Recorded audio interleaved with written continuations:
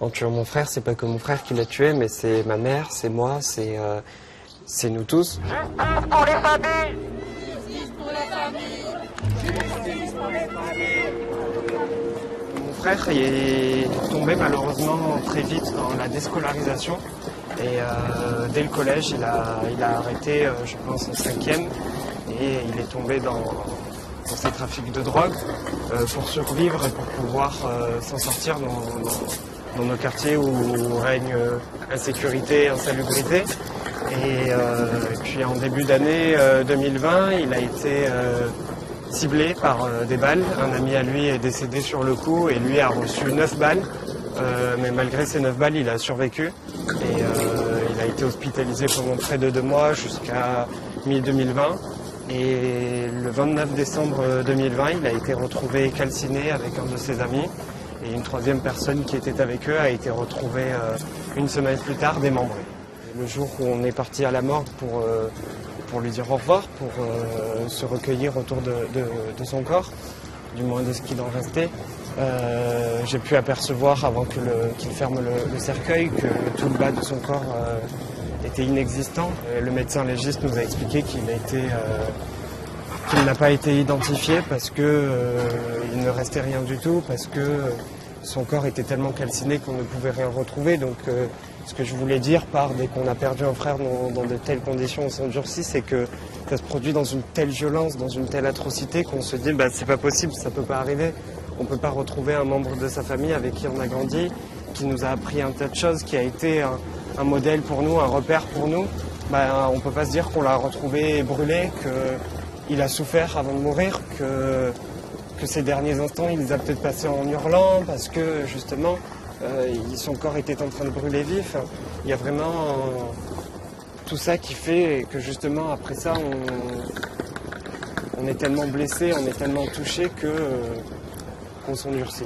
Ma mère a déclaré que dès qu'elle l'avait vu en juin, il me semble, avec 9 balles, avec 9 trous, avec une implantation de la peau, avec plus de 10 opérations, elle disait que pour elle, il était déjà mort. Et puis c'est vrai qu'avant, ce scénario n'était pas envisageable. Et depuis qu'il s'est fait hospitaliser pendant près de 2 mois, on s'est un peu posé des questions. Depuis le drame qui nous a frappés, depuis le drame du 29 décembre, la mort de mon frère, ma mère a décidé de déménager. On habite dans un village à 1 heure de Marseille, parce que Marseille lui rappelait beaucoup de souvenirs. C'est la ville où mon frère a grandi et où mon frère est décédé, donc c'est normal que ça nous évoque beaucoup de choses.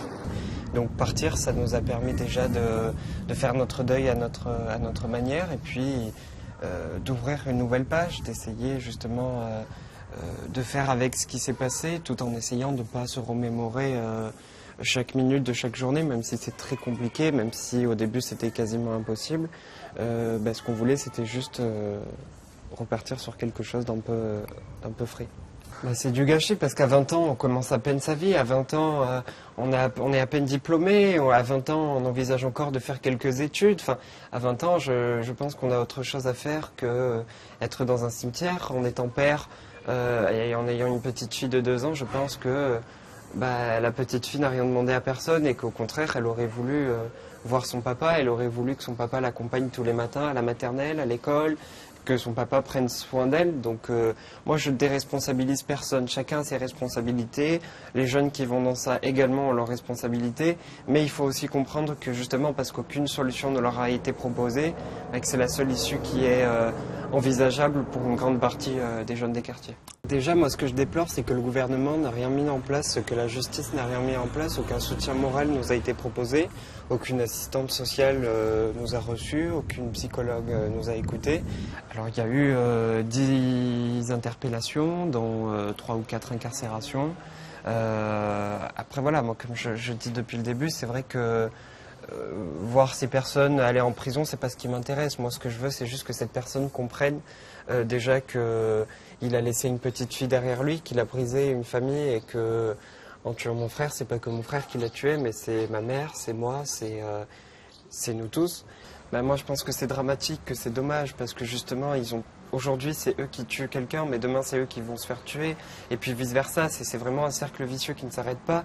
C'est vraiment une machine qui tourne, et que bon ben aujourd'hui on a besoin de toi, mais demain tu seras un peu trop contraignant parce que justement tu auras trop d'informations et trop d'éléments qui embêteront les très très grands. Donc justement, je pense que c'est tellement dommage qu'au contraire, on pourrait être tous solidaires et essayer justement de tous ensemble trouver des solutions, essayer de créer nos propres entreprises, de créer nos propres associations et justement de faire quelque chose de concret tous ensemble. Et moi je serais content que le jour où les personnes qui préméditent ça à des milliers de kilomètres se fassent arrêter, qu'on confisque leurs richesses, qu'on confisque tout ce qu'ils ont, et que justement que toutes ces personnes qui sont à Dubaï, aux États-Unis ou je ne sais où encore, que ces personnes-là comprennent qu'il y a une justice et que sur Terre, ce ne sont pas eux qui font la loi, et que justement enlever une vie, c'est complètement horrible.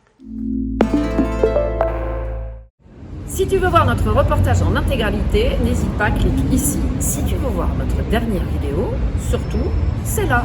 Enfin, si tu aimes Envoyé spécial, n'hésite pas à t'abonner et activer la cloche. C'est là que tu recevras toutes nos vidéos.